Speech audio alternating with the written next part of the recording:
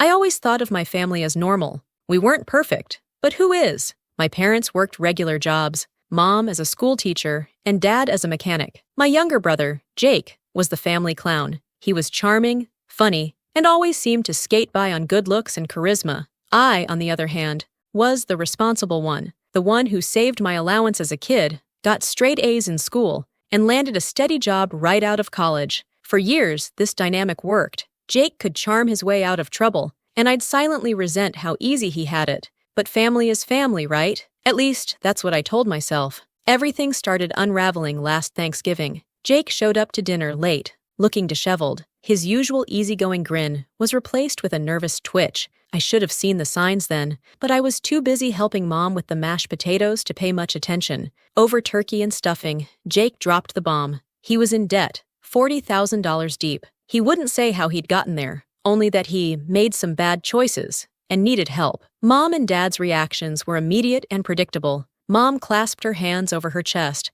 like she'd just been told Jake was terminally ill. Dad's face hardened, but even he couldn't hide the concern in his eyes. As for me, I stayed quiet, watching the scene unfold. "How could this happen?" Mom asked, her voice trembling. "Jake, why didn't you come to us sooner?" Jake gave a half-hearted shrug. "I thought I could handle it, but it's bad now. Really bad. If I don't pay back the money soon, things are going to get ugly." I should have asked questions, pressed him for details. But before I could, Mom turned to me. "You're so good with money, Emily. Can't you help your brother?" I blinked, caught off guard. "Help him how?" "You have savings," she said, as if it were the most obvious thing in the world. "Maybe you could lend him some, just until he gets back on his feet." Lend him some. The words echoed in my head like a bad joke. I'd spent years building up my savings, working overtime, skipping vacations, and budgeting meticulously. And now, they wanted me to hand it over to Jake. No questions asked? "I don't think that's a good idea,"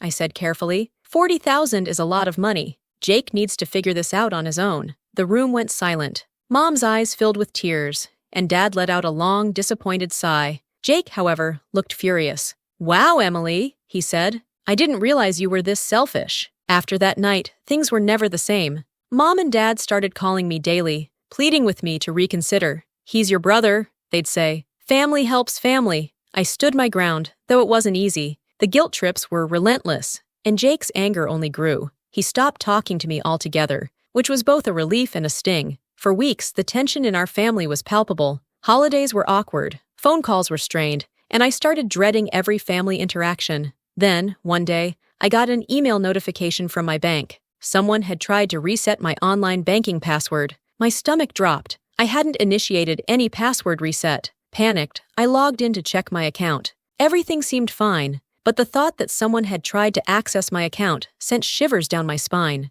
I didn't want to jump to conclusions, but deep down, I knew who was behind it. And I was right. I drove to my parents' house that evening, heart pounding. Jake was there, lounging on the couch, like he didn't have a care in the world. Mom and Dad were in the kitchen, preparing dinner. "We need to talk," I said, my voice steady but firm. Everyone stopped what they were doing. Mom and Dad exchanged nervous glances, while Jake raised an eyebrow. "Did you try to access my bank account?" I asked, looking directly at Jake. His expression shifted from smug to defensive. "What are you talking about? Don't play dumb," I snapped. "I got a notification. Someone tried to reset my password. If it wasn't you, then who was it?" Jake's face turned red. "Maybe it was a hacker or something. Why are you blaming me?" Before I could respond, Mom stepped in. "Emily, calm down. I'm sure it's just a misunderstanding." "A misunderstanding?" I echoed, incredulous. "This isn't some random coincidence. Jake's the only one who'd have a reason to do this." Jake stood up, his fists clenched. "You're unbelievable, you know that? I'm your brother, and you think I'd steal from you?" "Yes," I said bluntly, "because you've proven you can't be trusted."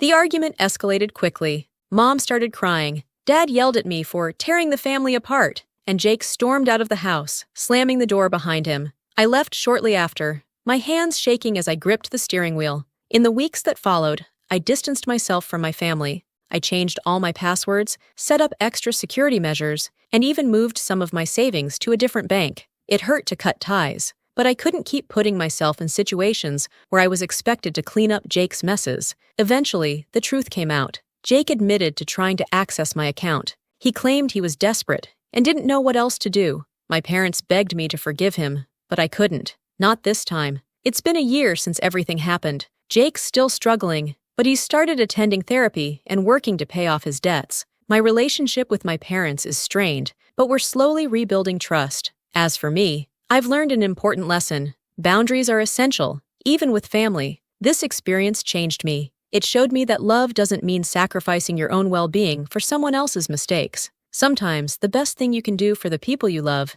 is to let them face the consequences of their actions. And while it's not always easy, it's always necessary.